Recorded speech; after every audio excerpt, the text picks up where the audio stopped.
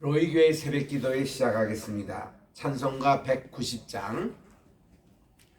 성신이여 강림하사 나를 감화하시고, 성신이여 강림하사 나를 감화하시고, 애통하며 회개한 맘 충만하게 하소서. 예수님 비오니 나의 기도 들으사, 애통하며 회개한 맘 충만하게 하소서. 성신이여 강림하사 그 신 권능 주소서. 원하옵고 원하오니 충만하게 하소서. 예수님 이오니 나의 기도 들으사, 애통하며 회개한 맘 충만하게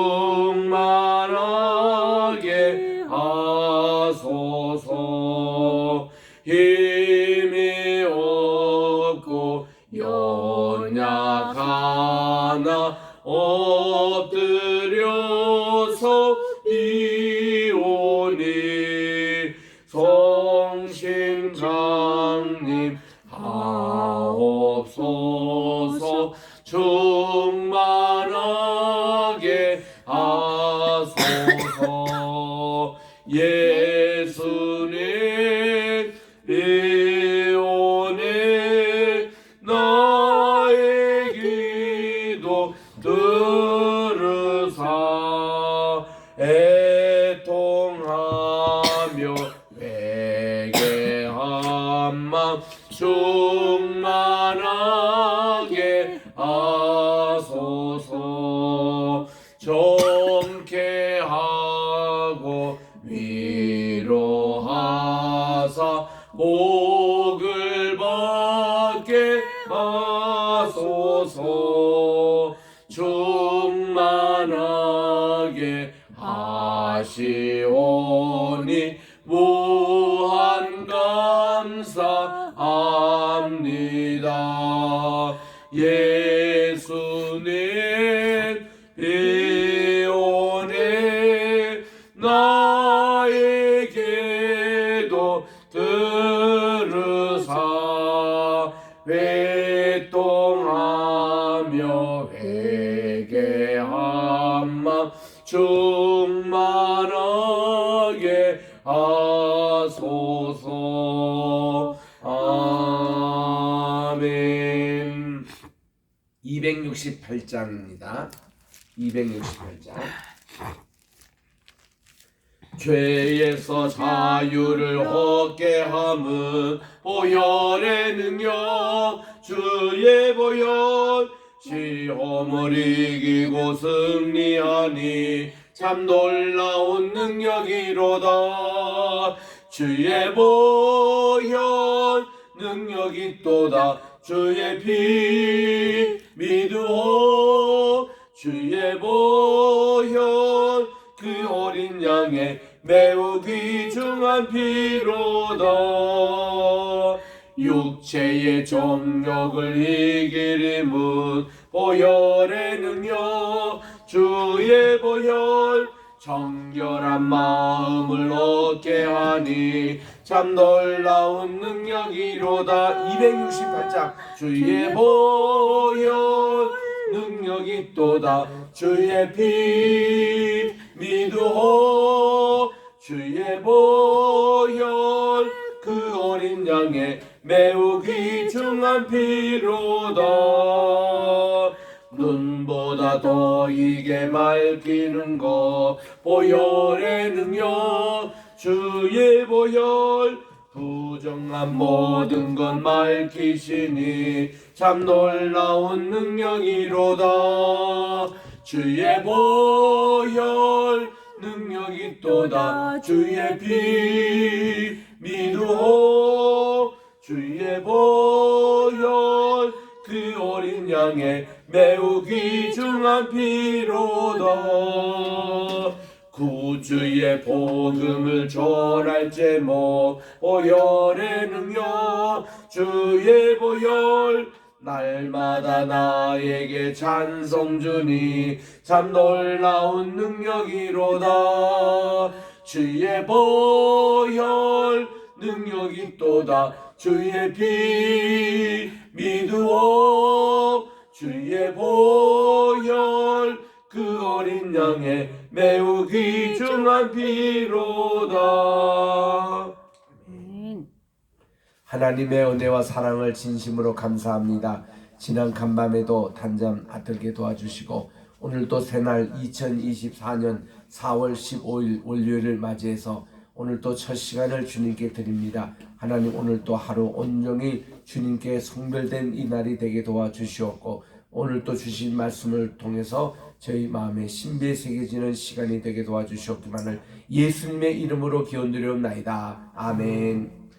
오늘 우리 역대상 제9장 14절부터 우리 읽겠습니다. 역대상 9장 14절 625쪽에 있습니다. 바로 들어갑니다. 합독 없이. 여기 지금 9장에 있는 내용이 포로 생활에서 돌아온 백성들의 명단을 기록하고 특별히 여기서는 예루살렘에 다시 정착한 제사장들과 레위인들을 특별히 거명하고 있습니다. 지금 이것을 편집하고 기록한 분들이 제사장들이에요. 이분들은 예배를 중심으로 이 역대상하가 이렇게 기록됐기 때문에 그 예배의 순서를 우선 두고 있습니다. 이제 다음 우리 10장에서 보면 알지만은 우리 이스라엘의 통일 왕국 가운데서 역대상하세에서는 북쪽 왕국은 기록이 없습니다. 남쪽 왕국 주로 중심으로 기록되어 있는 이유는 예루살렘 성전이 있기 때문에. 그리고 통일 왕국에 있는 왕국 가운데 우리 사울 왕이 초대 왕이었지 않습니까? 그분의 행적이 없어요. 그분의 죽은 그것만 나옵니다. 이유는 뭘까요? 그분은 하나님의 말씀에 불순종하고 하나님의 예배를 경시하거나 무시했기 때문에 그 사울에 대한 행적도 다루지를 않습니다. 그래서 여기는 참 예배 중심한 그런 것을 다루기 때문에 특별히 이렇게 예루살렘에 정착한 사람들뿐만 아니라 제사장들, 레위 사람들, 회막 문지기들, 나머지 레위 사람들의 명단이 쭉 기록되어 있습니다. 14절에 봅니다. 레위 사람 중에는 무라리 자손 스마냐니 그는 핫술의 아들이요 아스감의 손자요 하샤바의 증손이며 해서 무라리는 레위의 세 번째 아들이었죠. 이 세 번째 아들의 자손에 대해서 나옵니다. 또 박박갈, 헤레스, 갈랄, 마따냐 그는 미가의 아들이요 또 시그리의 손자 아삽의 증손이며 또 오바다니 그는 스마냐의 아들이요 갈랄의 손자요 유두둔의 증손이며 베라가이니 그는 아사의 아들이요 엘가나의 손자라. 또 느도바 사람의 마을에 거주하였다고 했습니다. 그 다음 17절부터는 성막, 회막 문지기들의 명단입니다. 이분들이 다 레위 지파 사람들이어서 하나님의 성전을 이렇게 참 지켰던 이런 분들의 문지기 살룸, 악굽, 달몬, 아히만 그의 형제들이니 살룸은 그 대표입니다. 우두머리. 이 사람들은 전에 왕의 문 동쪽 곧 레위 자손의 진영의 문지기며 고라의 증손 에비아삽의 손자 고레의 아들 살룸과 그의 종족 형제 곧 고라의 자손이 수종되는 일을 맡아 성막 문들을 지켰으니 그들의 조상들도 여호와의 진영을 맡고 출입문을 지켰습니다. 여호와께서 함께 하신 엘르아살의 아들 비느하스가 옛적에 그의 무리를 거느렸고 또 무셀레마의 아들 스가랴는 회막 문지기가 되었습니다. 택함을 입어 문지기 된 자가 모두 212명이니 이는 그들의 마을에서 그들의 계수대로 계수된 자요 다윗과 선견자 사무엘이 전에 세워서 이 직분을 맡긴 자라. 여러분, 성전 문지기가 된다는 것은 참 축복이었습니다. 우리 시편에도 그런 말씀이 나오잖아요. 내가 차라리 성전 문지기가 되고 싶다고. 그런 얘기가 나올 정도로 이렇게 참 굉장히 그 자리도 귀한 자리입니다. 지금도 예루살렘에 가보면 성묘교회가 있습니다. 성묘교회 문지기를 보면은 그 사람들이 유대교인도 아니고 기독교인도 아니에요. 이슬람 교도입니다. 과거에 이슬람이 여기에 예루살렘을 점령했던 시절부터 문지기로 했던 그 집안이 대를 이어서 지금도 문지기를 하고 있습니다. 그리고 그분이 이렇게 사는 거 보면은 표정이라든지 이런 거 보면은 해피해요. 자기는 이게 너무 좋다고 이렇게 얘기하는데 여기도 보면 200여 명의 사람들이 이렇게 참 줄을 서서 자기들의 차례가 되도록 이게 성전의 문지기가 된 사람들을 이렇게 적고 있습니다. 23절입니다. 그들과 그들의 자손이 그 순차를 따라 여호와의 성전 곧 성전문을 지켰다. 순차, 번호를 따라. 그러니까 당번 다 정해가지고 순차적으로 다 지켰다는 것입니다. 이 문지기가 동, 서, 남, 북 사방에 섰고 그들의 마을에 있는 형제들은 이래마다 와서 그들과 함께 있었으며 또 이는 문지기의 우두머리 된 레위 사람 넷이 중요한 직분을 맡아 하나님의 성전 모든 방과 곳간을 지켰습니다. 그들은 하나님의 성전을 맡은 직분이 있으므로 성전 주위에서 밤을 지새며 이게 아침마다 문을 여는 책임이 그들에게 있었습니다. 저도 예전에 미국 가서 알바를 할 때에 밤새도록 기숙사 또 지키다가 아침 새벽 6시 되면은 다 이렇게 문을 다 따는, 그래서 이 하버드 야드를 이렇게 문을 제가 다 열었습니다. 기숙사의 문마다 이렇게 열고 참 이런 적이 있어요. 그 다음 28절입니다. 나머지 이제 레위 사람들에 대한 명령이 나오는데 어떤 이들은 숨기는 데 쓰는 기구를 맡아서 그 수요대로 들어가고 수요대로 나옵니다. 또 어떤 사람은 성소의 기구의 모든 그릇과 고운 가루와 포도주와 기름과 유향과 향품을 맡았습니다. 또 제사장의 아들 중에는 어떤 자는 향품으로 향기름을 만들었고 또 고라 자손 살룸의 맏아들 마띠다라고 하는 레위 사람은 전병을 굽는 일을 맡았고 또 그의 형제 그앗 자손 중에서 어떤 자는 진술하는 떡을 맡아 안식일마다 준비했습니다. 이게 주방에서 일하고 또 이렇게 기름을 관리하고 그 모든 이제 이런 요리를 관리하는 분들의 명단이 이렇게 짜임새 있게 잘 이렇게 정리가 됩니다. 33절입니다. 또 찬양대가 있었어요. 찬양하는 자들이 있는데 곧 레위 우두머리인데 그들은 골방에 거주하면서 주야로 자기 직분에 전념함으로 다른 일은 하지 아니하였다. 성경에 나오는 요 원리대로 영국 성공에는요, 이 찬양 감독, 이게 음악 감독은 목사님과 꼭 같은 대접을 받아요. 월급도 같습니다. 격도 같아요. 음악 감독. 이게 이 말씀 때문에 그렇습니다. 그만큼 교회 음악이 중요하기 때문에 오르가니스트 또 이렇게 찬양을 지휘하는 분들 다른 세속의 짭을 갖지 않고 여기만 전념하게 합니다. 그리고 34절에 그들은 다 레위 가문의 우두머리인데 그들의 족보의 우두머리로서 예루살렘에 거주하였습니다.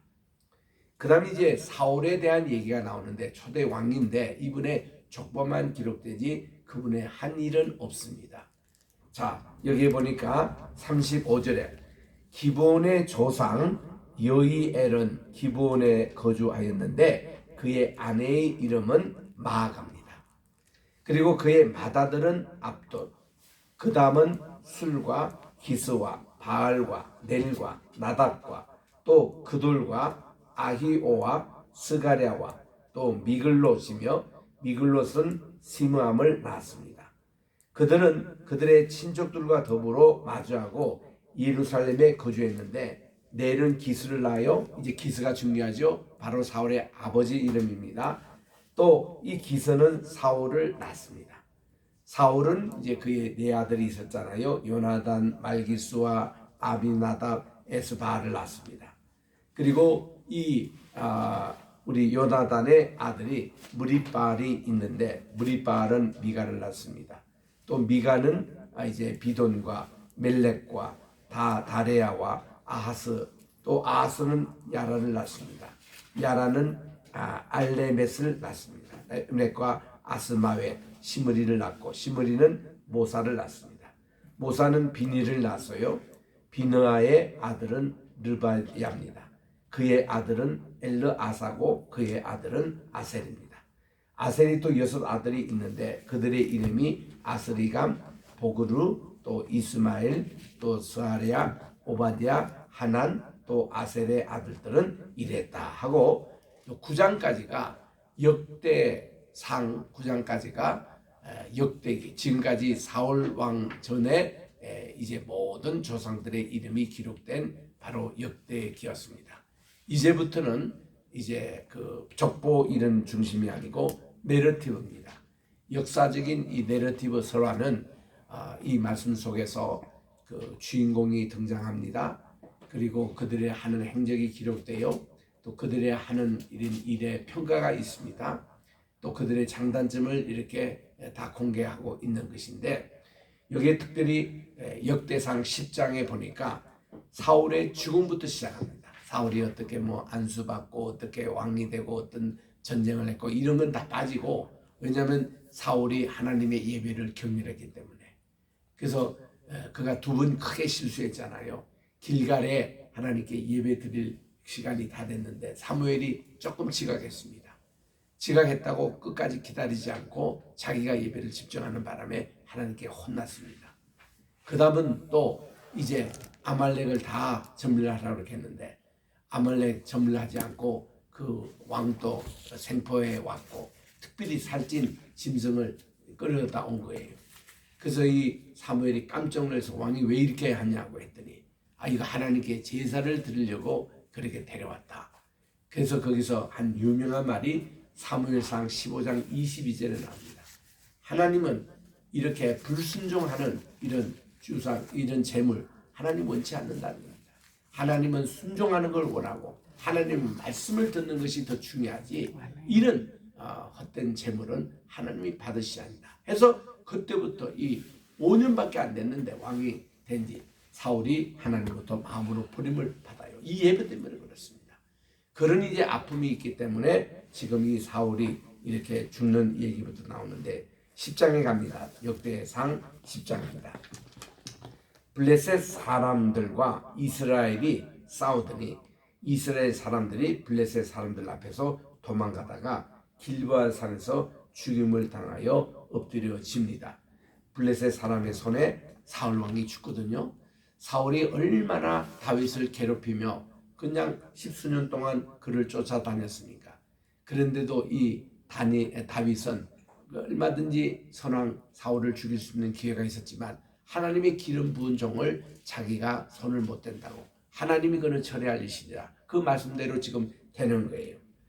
그래서 2절에 보니까 블레셋 사람들이 보니 사울 왕도 그의 3 아들을 죽여하여 블레셋 사람들이 사울의 아들 요나단, 아비나답, 말기수와 막내는 살아남았습니다. 이서 3 아들을 죽였습니다. 그리고는 사울을 맹렬히 치며 활 쏘는 자가 사울에게 따라가서 미침에 사울이 그 쏘는 자로 말미암아 심히 다급했습니다. 그래서 자기가 활에 맞았던 거죠. 사울이 이제 죽고 있습니다. 자기 무기를 가진다 이럴 때 너는 칼을 빼어 빨리 나를 찌르라. 내가 어때 할례 받지 못한 자에게 죽임을 당하겠느냐. 그 오명을 벗기 위해서라도 이것을 그렇게 해라. 그렇게 했습니다.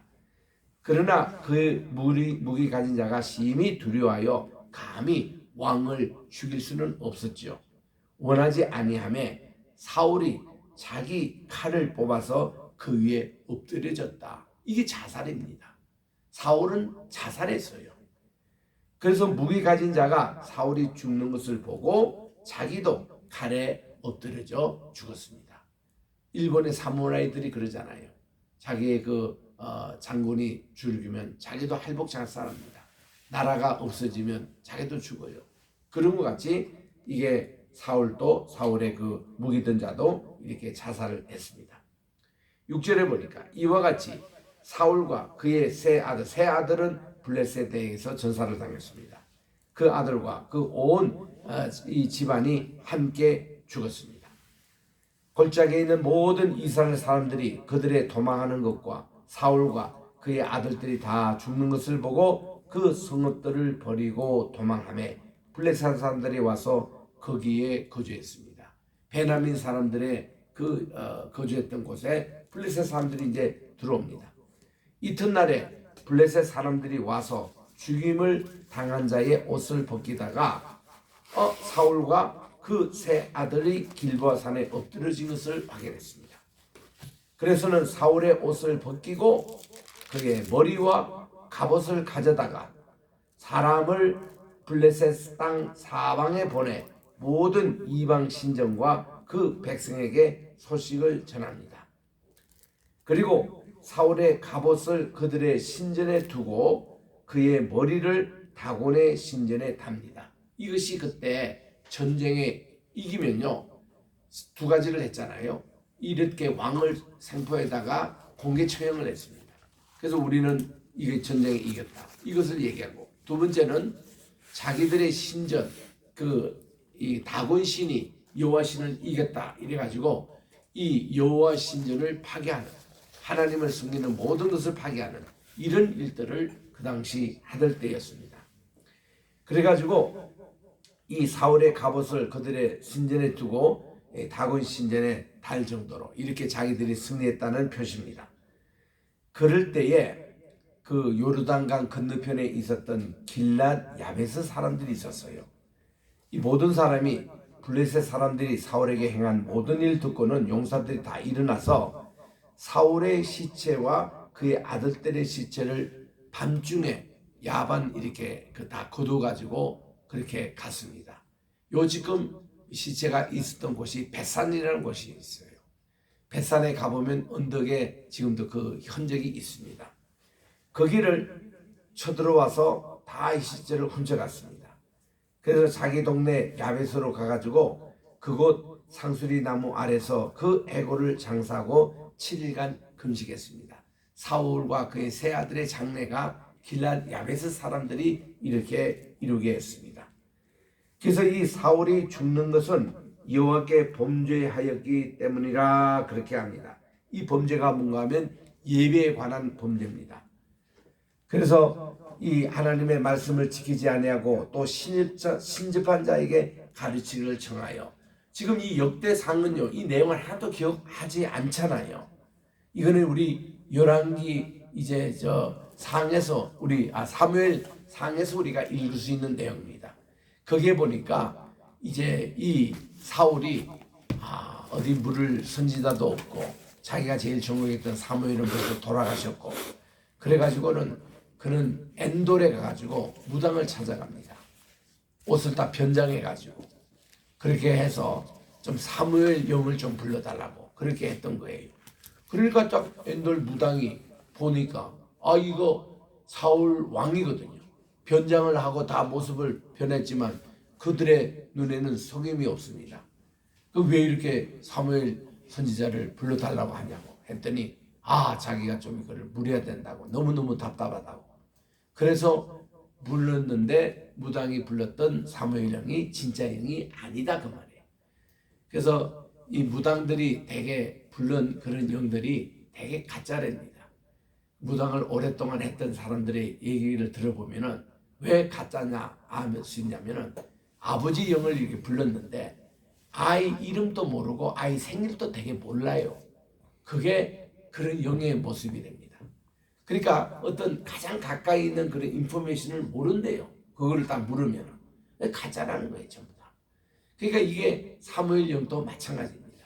사무엘의 모습은 비슷하게 나타났는데 그 메시지와 내용은 또 하나님은 그런 걸 허락하지 않으세요. 무당, 박수, 하나님이 가장 싫어하는 그들 다 죽이라고까지 신명기에서 말씀하셨습니다. 그래서 이 사울이 그 짓을 한 거예요. 이 무당 집에 가서 사울의 영을 이거이 또 하나님에게 크게 또 분노하게 된 겁니다. 그래서 이 블레셋 사람들에게 이렇게 전사하는 비참한 일을 일으킵니다. 14절에 보니까 여호와께 묻지 아니하였으므로 하나님께 물으면 되는데 묻지 아니하였으므로 여호와께서 그를 죽이신 겁니다. 이렇게 블레셋 사람들 상대로 보내서 그래서 그 나라를 이세 아들 다윗에게 넘겨주니라 해서 정통성이 이제는 다윗에 간 걸로 이렇게 해서 이제부터 다윗의 이야기가 시작이 됩니다. 11장 조금 더 진도 나가겠습니다. 온 이스라엘이 헤브론에 다 모여서 다윗을 보고 말하되 우리는 왕에 가까운 친족입니다. 전에 곧 사울이 왕이 되었을 때에도 이스라엘을 거느리고 출입하게 한 자가 왕시였기에 왕의 하나님 여호와께서도 왕에게 말씀하시기를 내가 내 백성 이스라엘의 목자가 되며 로입니다. 로이. 그리고 되며 내 백성 이스라엘의 주권자가 되리라 하셨나이다. 그렇게 헤브론에 있는 모든 백성들이 이 다윗에게 왕으로 기름 부으려고 모였습니다. 이때 다윗의 나이가 30세, 30세였습니다. 이거는요, 이스라엘에서는 요셉도 보면은 30세 총리가 됐습니다. 그러니까 그가 가서 종살이도 하고 옥에도 이렇게 갇혀 있었는데 하나님은 30세가 되기까지 시간을 기다리신 거예요. 그때까지 요셉을 훈련시키고 총리가 되도록 모든 것을 준비를 한 후에 딱 서른이 되니까 법대로 하나님이 이제 지도자로 내세웁니다. 다윗도 마찬가지입니다. 예수님도 이 땅에 오셔서 공생에 준비하시기 위해서 30년의 세월 하실 필요가 없는 분인데 우리 그 당시에 인간의 모든 법도와 질서를 그대로 지키신 거예요. 그래서 이 30세라는 게 레위 제사장들이 레위 사람들이 제사장 될 때 30세가 돼야 된다는 겁니다. 이런 원리 때문에 우리 한국에서도 많은 교단에서 지금도 아마 나이가 30이 돼야 목사 안수를 받을 수 있습니다. 그 좀 30 안 되지 않고 28, 7 이럴 때 받을 수 있는 것은 특별 케이스예요. 군목 가는 경우, 군대에서 이제 군대로 입대해서 이제 장교 임관 받을 때, 그때 그거는 이제 예외 규정이 있어요. 또 선교사로 나갈 때, 어디 선교사로 나가야 되는데 아직도 나이가 30이 못 됐어요. 그런데도 꼭 필요한 목사 안수가 필요한 분이기 때문에 그때는 알 수 있습니다. 이런 예외 규정이 있어도 보통 우리 여기서 한국에서 신학대학 졸업하고 개척교회하고 30이 돼야만이 안수를 받을 수 있는 이 제도가 이 성경에서 이렇게 나온 겁니다. 그래서 다윗이 헤브론에서 왕이 돼서 이제 거기서 거기서 7년 반을 다스리는데 그 얘기를 지금 전하고 있는 겁니다. 3절에 갑니다. 지금 우리는 역대상 11장 3절입니다. 이에 이스라엘의 모든 장로가 헤브론에 있는 왕 다윗에게 모입니다. 헤브론에서 다윗이 그들과 여호와 앞에 언약을 맺으며 그들이 다윗에게 기름을 부었다. 이때 다윗이 이런 말을 했을까요? 여러분, 저 이미 벌써 기름 부음을 받았습니다. 벌써 이 15년 전에 사무엘 선지자께서 저희 집에 신방하셔가지고 우리 형제들 7명 다 그냥 패싱하고 저를 그때 기름을 부어서 왕이 이미 됐습니다. 이런 설명을 하는 것 같아요, 다윗이. 그만큼 그분이 겸손했던 분인 겁니다. 그러니까 지금 여기에 있는 분들이 다윗에게 기름을 부어 이스라엘 왕으로 삼았습니다. 여호와께서 다윗 사무엘을 통하여 전하신 말씀대로 그대로 되었습니다. 그래서 이제 다윗이 온 이스라엘과 더불어 예루살렘 곧 여부스에 이르니 여부스 땅의 주민들이 거기에 거주하였습니다. 지금 3절과 4절 사이에는 세월이 벌써 7년이 흘렀어요. 7년 이제 지나고 나서 이제 예루살렘을 공격하기 시작해서 예루살렘을 접수했거든요. 그래서 그런 세월을 다 이렇게 기록하지는 못하고 있습니다. 그래서 이런 역대기 상하도 이렇게 어떻게 하나님의 성전이 세워졌고 어떻게 예배가 이루어지고 거기에 이제 주안점을 두기 때문에 그 외에 필요 없는 부분은 다 생각을 합니다. 또 이제 열왕기 상하, 우리 사무엘 하, 이거를 여기 이 역대기 상하, 우리 신명기 사가라 그러는데 앞에 그런 그 사관의 그 역사책과 여기 지금 역대기 사관의 역사책을 비교해 보면은 어떤 부분이 나온가 하면은 다윗이 실수 많이 했잖아요. 바세바와 그런 불륜의 사건도 있었고 다윗이 실수했던 모든 일은 이 역대기 상하에 기록되지 않습니다. 그거는요 신명기 사관에서 처벌을 받고 이제 그랬고 여기 내용은 그런 부정적인 얘기는 되도록 안 합니다. 그저 다윗과 솔로몬을 굉장히 높이 평가해요. 솔로몬도 여러 가지 많은 우상 숭배를 하고 이랬던 부정적인 면이 많은데 역대기 상하에서는 이 다윗, 솔로몬의 좋은 점만 많이 이렇게 칭찬하는 그런 내용인데 왜냐하면 예배의 관점에서 봤기 때문에 그래서 그거를 앞으로 계속 읽을 것입니다. 내일 계속 가도록 하겠습니다. 기도하겠습니다. 하나님 아버지 감사합니다. 이렇게 또한 봄날이 이렇게 또 어제는 30도까지 올라가는 그런 정말 한국의 완연한 봄의 날씨를 경험하고 오늘은 전국적으로 또 비 소식이 있습니다. 하나님 아버지 우리나라를 항상 축복해 주시고 총선 후에 후유증이 빨리 잘 마무리되어서 우리나라가 안정적인 정국이 계속되게 도와주시옵시고 또한 이제 아버지 하나님이여 우리나라의 또 새로운 책임을 맡는 모든 분들에게 하나님을 경외하고 기도하는 종들이 되어서 우리나라를 잘 신분주의로 다스리는 주의 종들이 많이 배출되게 도와주시옵시고 온 교회가 이를 위해서 기도하게 도와주시옵기만을 간절히 바라고 원합니다. 오늘 또 우리 로이교회 또 특별히 우리 백나라에 정말 100개 교회를 세우는 귀한 사명을 감당하려고 계속 기도하고 있사오니 이런 분들 계속 주께서 보내주시고 하나님께서 또 이 사명을 끝까지 감당할 수 있도록 도와주시고 오늘도 우리 게세마네 신학교 7주째 강의가 있습니다. 하나님 가서 또 공부 잘하고 앉게 도와주시고 이번 또 금요일은 또 노회가 있사오니 하나님 노회 석상에서 안수받는 분들 또 선교사 파송하는 분들을 주께서 축복해 주시옵기만을 간절히 바라고 원하며 또 우리 아버지 하나님이여 우리 게세마네 또 선교회가 있사오니 함께해 주시고 또 우리 특별히 황예슬 높음을 하나님께서 인도해 주셔서 이곳과 서울 사무실 하나님 잘 번성하게 도와주시고 좋은 일꾼들이 많이 여기 변호사로 들어와서 하나님께 무릎을 꿇고 기도하며 주님께 하늘의 지혜를 얻는 변호사님들 되게 도와주시고 이 모든 일을 잘 경영하시는 우리 황장로님 우리 나라를 위해서도 귀하게 사용해 주시고 정말 하나님 늘 들어가도 나가도 복을 받는 우리 장로님의 또 지도력이 되게 도와주시옵기만을 간절히 바라고 원하며 오늘 또 여러 가지 환우들로 말미암아 주님께 기도하고 있는 종들이 있사오니 하나님 모든 우리 아픈 부분을 주께서 치료해 주시고 하나님 외롭고 힘들고